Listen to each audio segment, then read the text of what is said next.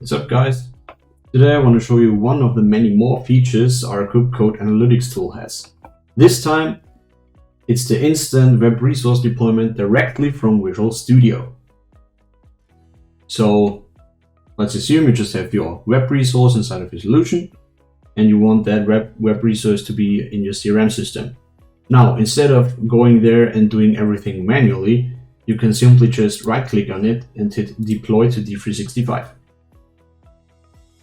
As you can see in the output window in the Kupp Code Analytics tab, there it says Update Resource, Update Web Resource, and then the name of your web resource. It says Update because the web resource already is on the CRM system. But for instance, if we deploy a web resource that is not already on the CRM system, as you can see, it says Create Resource. So it doesn't really matter if the web resource already is in your system or not, because the tool will decide whether to create or update the web resource that is in the CRM system. Now, to check if everything worked, as you can see,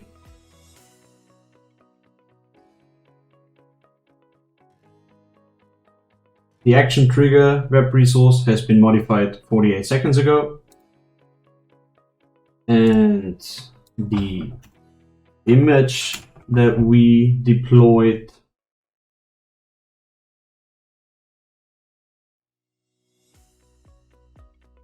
it's right here. Okay, so